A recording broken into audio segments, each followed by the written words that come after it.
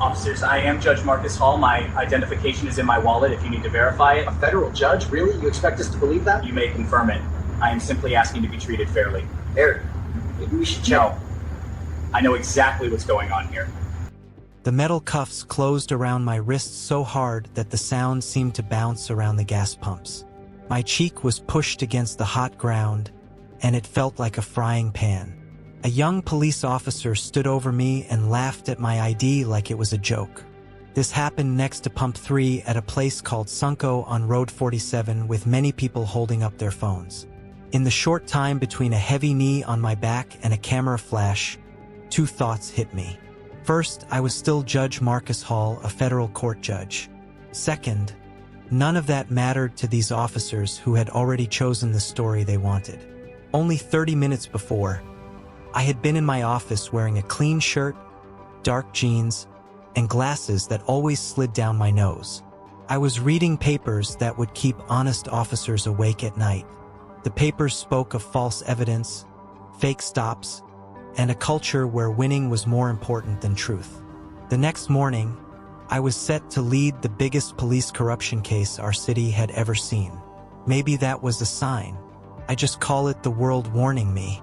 I only stopped to get gas. I only wanted to avoid traffic on my way to meet with federal lawyers.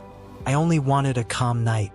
But a police car that had followed me for 3 pulled in behind my car, slow and sure, like a shark that had decided to bite.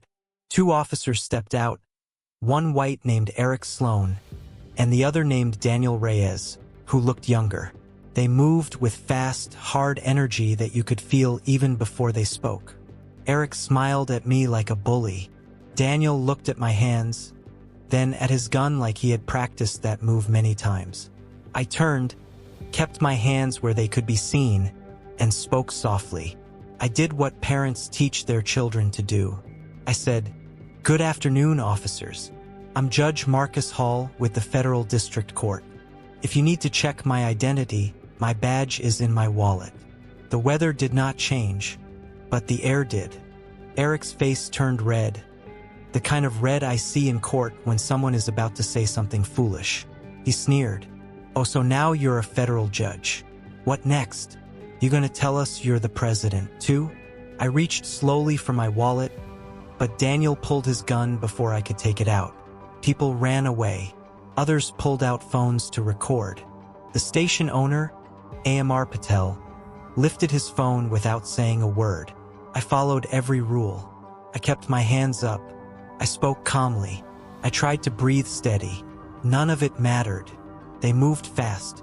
They told me to place my hands on the car, turn around, and put my fingers together. One knee pushed me down. Then came the cuffs. They were so tight that my fingers tingled. They were not about safety. They were punishment. They took my wallet. When Daniel opened it, I saw doubt in his eyes when the light hit the badge. He said, "Eric, look at this." Eric grabbed the badge, waved it at the crowd, and laughed. "Federal judge.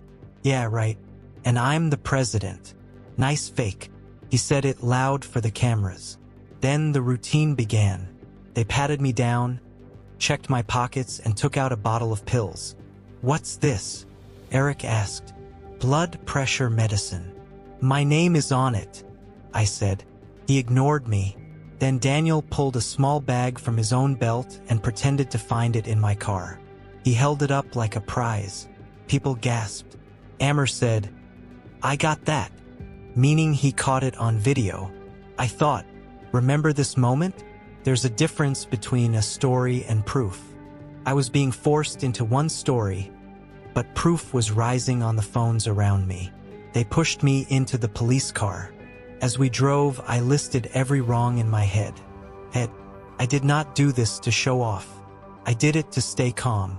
I noted the illegal stop, no real reason, ignoring my ID, searching without a warrant, fake evidence, and the purposefully tight cuffs.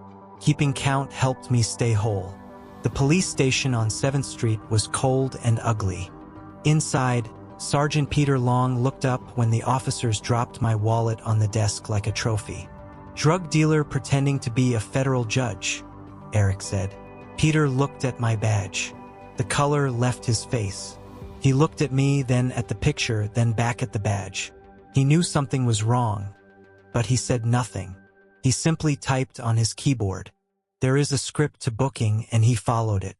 He asked for my name and address. When I asked for a phone call, he said, "Later." That made me angry. Rights are not something you hand out when you feel like it. They put me in a small cell that smelled like bleach. I sat on a metal bench trying to keep my mind clear. I heard the officers outside talk with excitement. Possession with intent resisting false ID. Obstruction, Eric said. Daniel added my medicine to the list. Another officer asked, "You got it on video, right?" Then Amir's voice came through. "We got everything. Cameras remember. Cameras are witnesses that do not lie." Soon, people outside the cell started asking questions. I heard young officers whisper, unsure what to do. The phones at the desk kept ringing. It was like someone had started a fire in the building, but no one wanted to say it out loud. I sat there and breathed slow. I told myself, stay calm, stay awake, remember everything. Far away at the courthouse, my clerk, Anna Lee, noticed I had not shown up for a meeting. I never missed meetings. She sent messages, but I did not answer. She tried calling, but my phone stayed quiet. She checked the building. She checked with other judges. When no one could find me, she reached out to the federal marshals. By early evening, she was talking to Agent Raleigh Jones from the FBI. Anna said, "Judge Hall is missing." Those words moved fast like lightning. People online saw the gas station videos. A shaky clip spread from a few phones to thousands within minutes. The frame paused on my badge, clear and real. A nurse from the station spoke on her recording, describing how Daniel had placed the small bag in my car. A teenager's live stream showed Eric joking and on the president. That one line changed everything. Agent Riley watching the recording said, "This is interference with federal court business." That sentence could turn a quiet case into a storm. And it did. Officers at the station began to look nervous as the phones kept ringing. There were calls from the mayor's office, news stations, and judges. Sergeant Peter Long walked back and forth like he wanted to fix things but did not know how. Later, Captain Henry Ward walked in. His face looked tight. He picked up my badge and held it under a light. "This looks real," he said. Eric shook his head and answered fast. "It's a good fake. Look at him. Fancy car. Nervous. Classic criminal." I said calm as I could, "Captain, I am Judge Marcus Hall. Please call the federal court right now." For a moment, he looked like he might listen, but fear of being wrong beat the truth, and he hesitated. Time passed slowly. Night came. The phones did not stop. Everyone seemed unsure except Eric, who kept talking like he was giving a show. Daniel stayed quieter now. His eyes kept moving like he was thinking about what he had done. Around midnight, the front doors opened. Everything inside changed. Federal agents stepped in with Agent Riley leading them. She showed her badge and said, "We are here to release Judge Hall, collect all evidence, and take the arresting officers into custody." Captain Ward tried to speak, but she lifted her hand. "You have had hours," she said. That ended the argument. My cell door opened. My wrists hurt where the cuffs had cut into my skin. I stood up and Agent Riley walked beside me. The booking area suddenly felt smaller. Eric and Daniel no longer looked bold. Their words were now just excuses on paper. Many think that should be the end. But morning started a new chapter. At sunrise, federal agents went to Eric's house. He stood in the doorway wearing a shirt and his wife held a coffee mug with both hands. No one expects federal charges before breakfast. 3 miles away, another team knocked on Daniel's door. He said, "I want to cooperate." That was a sign. Across town, the police station offices were sealed. Paper files were collected. Computer drives were taken. Captain Ward walked past a wall painting that said, "Serve and protect." Chief Harold Diaz, who had spent the night avoiding reporters, faced agents who did not care about his speeches. I stepped away from the case because I could not judge a story where I was part of the facts. A new special lawyer named Carla Velasquez took over. She worked slow and steady. She brought everything out piece by piece like building a puzzle. Amir, the gas station owner, spoke first. He told the story simply. I recorded what I saw because it was wrong. The nurse talked calmly about how Daniel planted the small bag. The teenager showed her video and said sorry for saying, "Oh my God," too many times. Then Daniel came forward. His voice shook as he said officers sometimes carried small bags to use during stops that had no real reason. The room went quiet. People made low sounds like hearing a painful truth. Agent Riley showed pictures from the videos. She slowed the frame that showed Daniel taking the bag from his belt. She explained every step. The jury leaned forward. Eric tried to defend his actions. He said he stopped me because I looked nervous and matched a description. He claimed the badge looked fake. Carla asked, "How many fake federal judge badges have you seen?" He said, "None," she said. "So you rejected a badge you have never seen faked because of the man holding it? Because of his car? Because he did not smile the way you wanted?" He had no strong answer. The jury reached a decision faster than anyone guessed.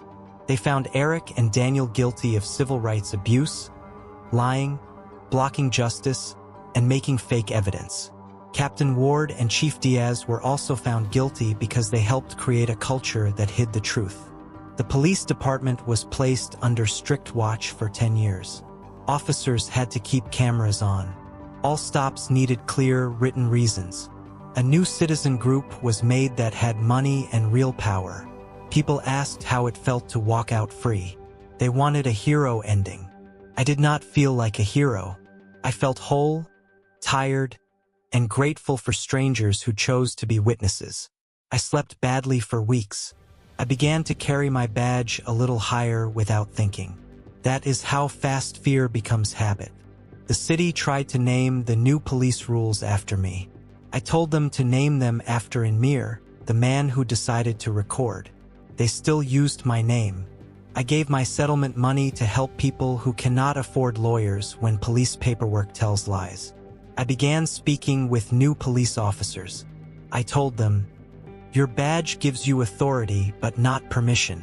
Your training is a map but not a compass. You will have freedom. Do not turn freedom into abuse." Some listened, some crossed their arms. Time will show who truly heard me. People ask if I forgave the officers. Forgiveness is personal. Justice is public.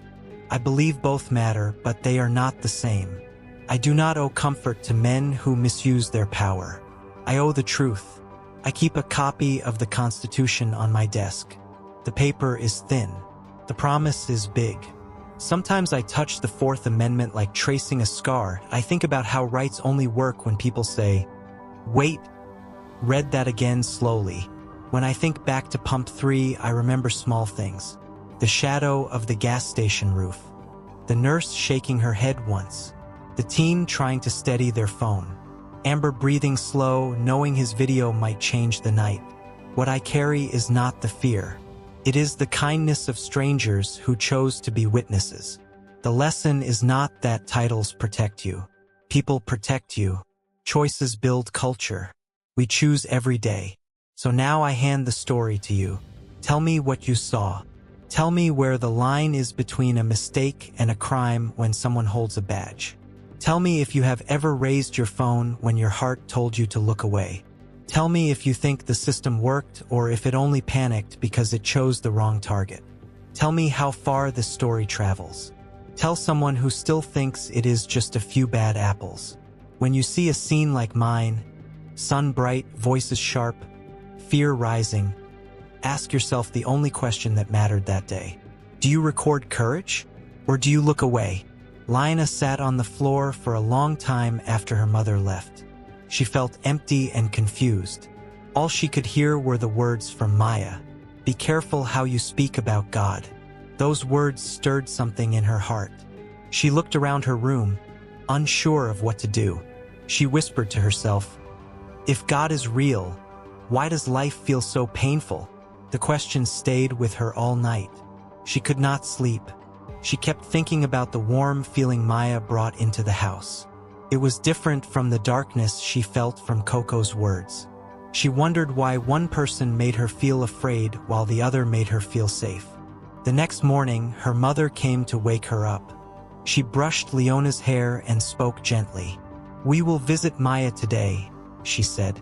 "You will learn more from her." Leona nodded. She wanted answers. She wanted to understand. On their way to Mia's house, the same voices from the street shouted strange things. Someone called out that Maya had changed again, but this time they spoke with respect. They said she was sharing good things. Words about a God who gives life, not fear. People listened to her calmly. The street felt lighter. When they reached the house, Maya welcomed them with a smile. She held Leona's hand and prayed. As she prayed, Leona felt peace spread through her body. It was like cool water on a hot day. She closed her eyes and tears fell quietly from her face. When the prayer ended, Maya spoke kindly. She told her stories about a savior named Jesus who loved people who were poor, broken, and hurting. Maya said, "Jesus is strong. He gives healing. He gives new life. He does not ask for darkness. He gives light." Leona listened closely. She asked many questions. Why do people follow lies?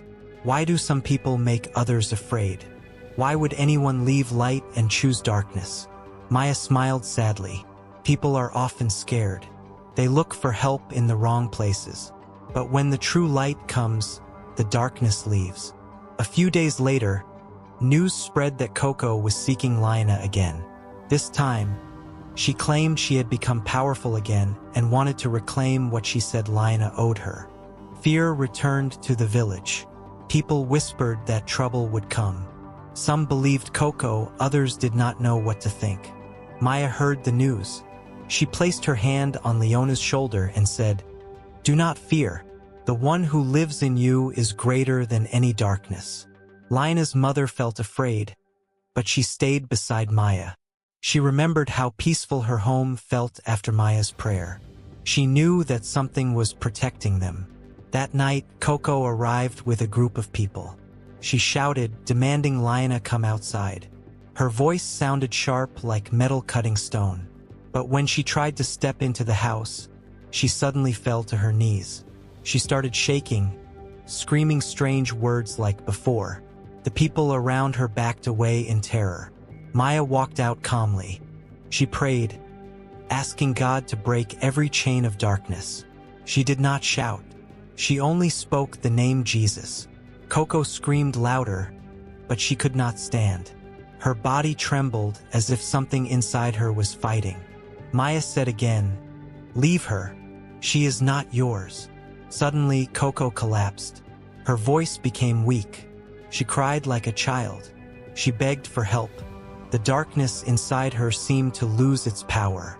Maya placed a hand over her and prayed. Coco slowly became calm. She opened her eyes and looked around, confused. Everyone was silent.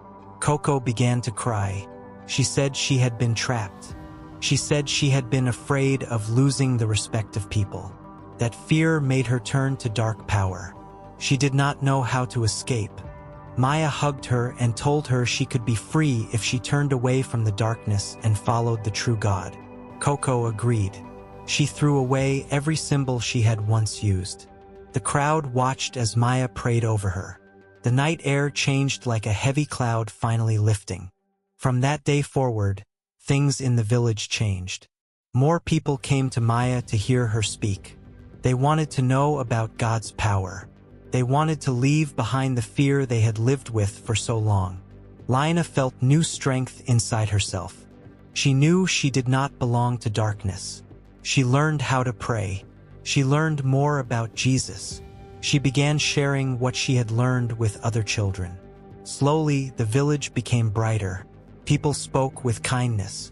The sound of laughter returned to the streets.